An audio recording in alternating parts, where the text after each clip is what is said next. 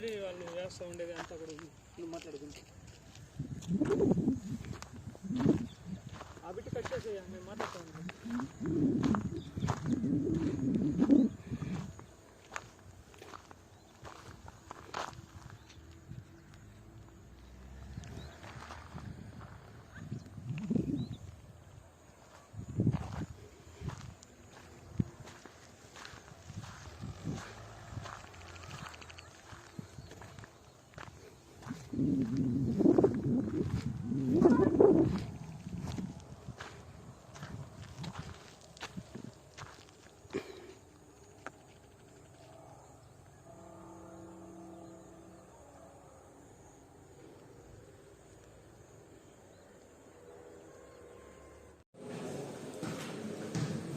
గ్రామాల్లో ఈ చెరువులో ఇసుకను మన్నుని ఇసుక తయారు చేస్తారనేసి నా దృష్టికి ఈరోజు చెప్పినారు.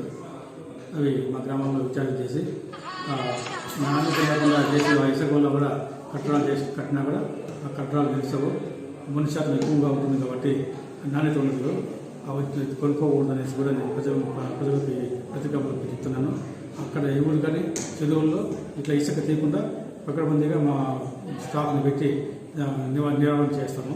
ఇంతవరకు మా దృష్టికి రాలేదు, ఇప్పుడు వచ్చింది మా దృష్టికి వచ్చింది కాబట్టి ఇంక నుంచి అలా చేయకుండా నేను కట్టుదిట్టమైన చర్య తీసుకుంటానని తెలియజేస్తున్నాను. సార్, గత 2 నెలలుగా గడ్డూరు ప్రాంతంలో ఇలా ఇటువంటి మట్టి నుంచి కృత్రిమ ఇసుకను సృష్టించి అమ్మి సొమ్ము చేసుకుంటున్నారని ఆరోపణలు ఉన్నాయి. దీనిపైన ప్రజా అధికారులు మరియు ప్రజాప్రతినిధులు కూడా ఎవరు పట్టించుకోలేదని ప్రజలే మాకు ఈ విధంగా దీన్ని చెప్తున్నారు. దీనిపైన మీరు ఎలాంటి చర్యలు తీసుకోబోతున్నారు?